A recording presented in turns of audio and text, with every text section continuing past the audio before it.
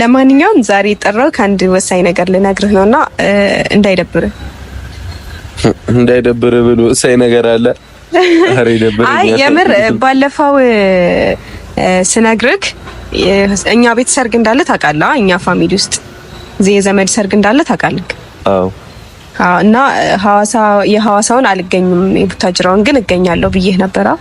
የሐዋሳውን ከእናንተ ጋር አሳልፋለሁ ብዬ ነበራ። እንግዲህ አልቻልኩም። ልጅቷ ደውላ እንዳቀሪ ብላኛለች።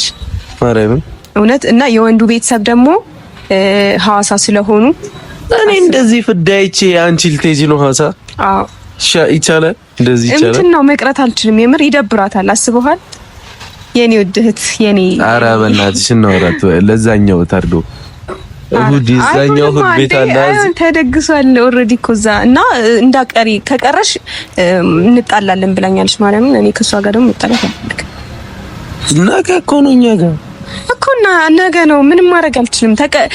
ቀኑ አንድ አይነት ሆነ። አስበው አሁን እሷ ጋር እንደዚህ ብላኝ እንዳቀሪ እጣላሻለሁ ምናምን ብላኝ አስበዋል ብቀር ከዛ እናንተ ጋር ብገኝ እሷ በጣም ይከፋታል። ሰላም ውድ ሀገሬ ልጆች እንዴት ናችሁ? ሰላም ናችሁ ወይ? በያላችሁበት ሰላም ሁኑልኝ።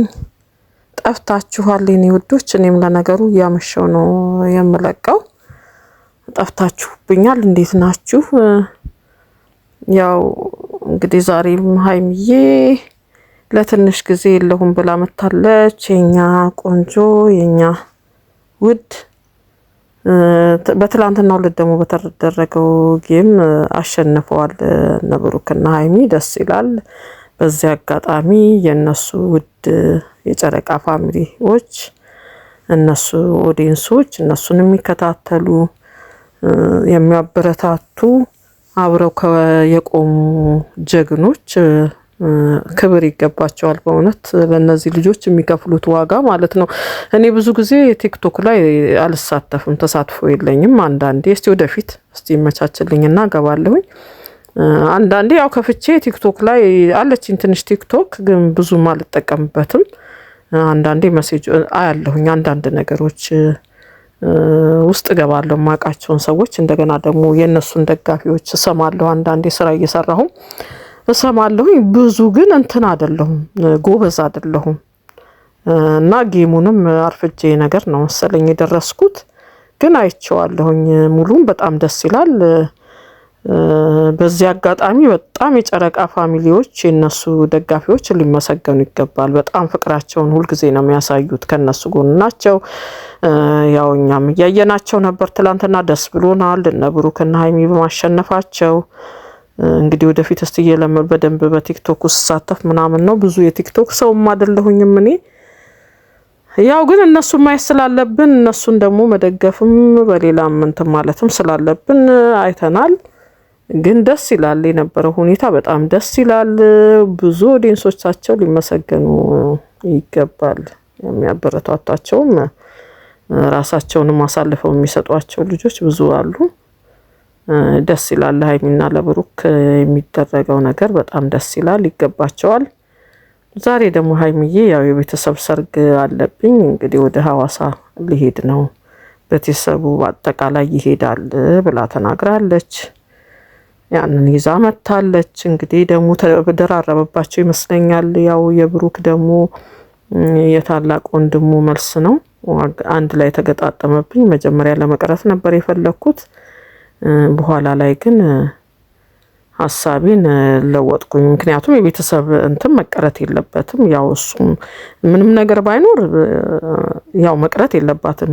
ብሩክ ቤተሰብ ጋር ያለው ጥሪ ጋር መሄድ ነበረባት። ግን ቤተሰብ ደግሞ ቤተሰብ ነው። በዚህ ወቅት አንድ ላይ ከተገጣጠመ ያው የእናት የአባትን ደግሞ ማክበር ያስፈልጋል አይደል?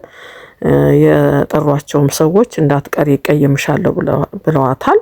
የሷን ቤተሰብ ደግሞ ከነሱ ጋር ስትሄድ ደስ ይላቸዋል። ያው ተለይታ የቤተሰብ ጉዳይ ከሆነ ተለይታ ወደ ሌላ ቦታ ስትሄድ ምንም ቢሆን ያው የራሷ ቤተሰቦች ጥሩ ስሜት አይኖራቸውም።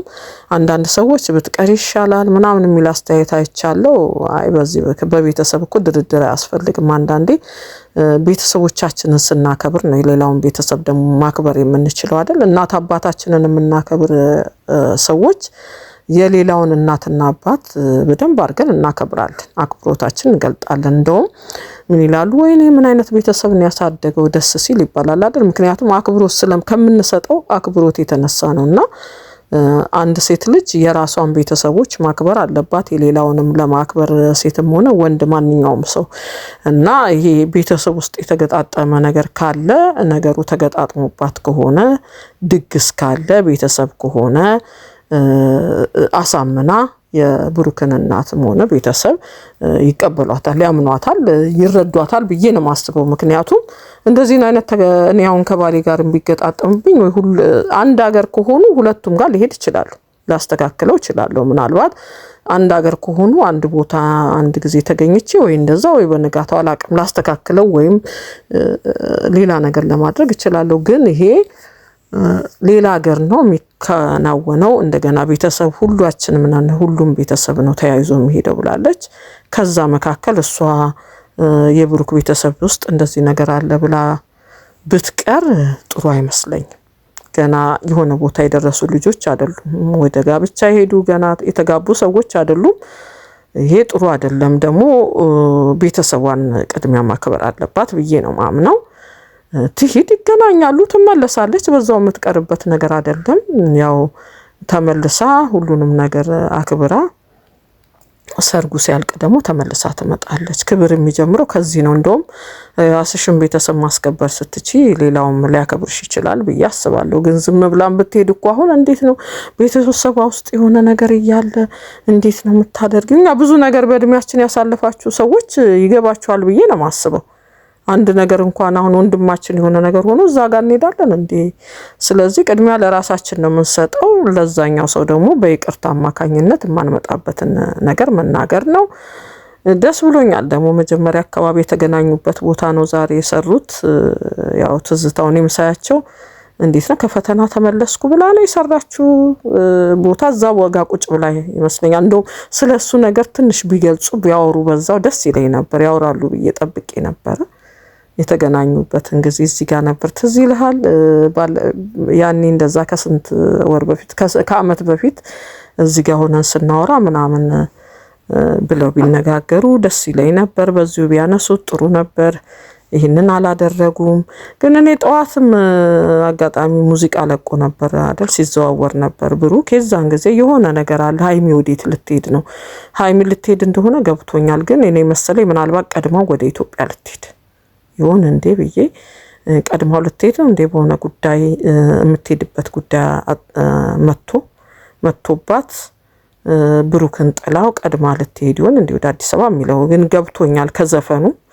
ዘፈኑ አልተበሳጨም፣ አላኩረፈም፣ ዘና ብሎ ነው የዘፈነው። ግን ስለመሄድ ነው ጥሎ ስለመሄድ አይነት ዘፈን ስለዘፈነ እንዴት ነው ዛሬ የሆነ ነገር አለ የሚለውን እየጠበቀን ነበር። የተወሰኑ ሰዎችም በዛ ነገር ሰርታችሁ ነበር። ሁላችንም እየጠበቀን ነበር በዚህ ዙሪያ።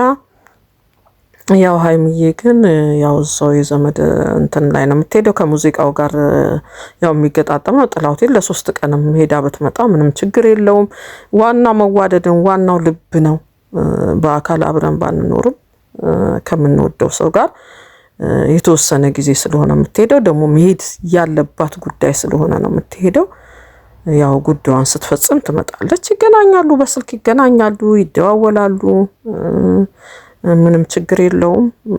በሰላም ሄዳ በሰላም እንድትመለስ እግዚአብሔር እንዲረዳት መለመን ያለብን። ሁሉ ነገር ሰላም ሆኖላት ሁለቱም ሰርጋቸውን በሰላም አልቆላቸው እሱም በቤት ውስጥ ያለ ነገር ሰርግ መደገስ መደገስ የድግስ ትንሽ የለውም። በነገራችን ላይ ቀላል አይደለም፣ ደክሞታል፣ ያስታውቃል። እንደገና ደግሞ ማታ ደግሞ ያው ጨዋታው ላይ ነው ያደሩት። ብዙ አምሽተው ነው እንትን ያሉትና ስለዚህ ያው ደግሞ አሁን እናቱን ቤተሰቡን መርዳት አለበት። ያ ተጨምሮ ድካም ውስጥ ነው ያለው ያስታውቃል።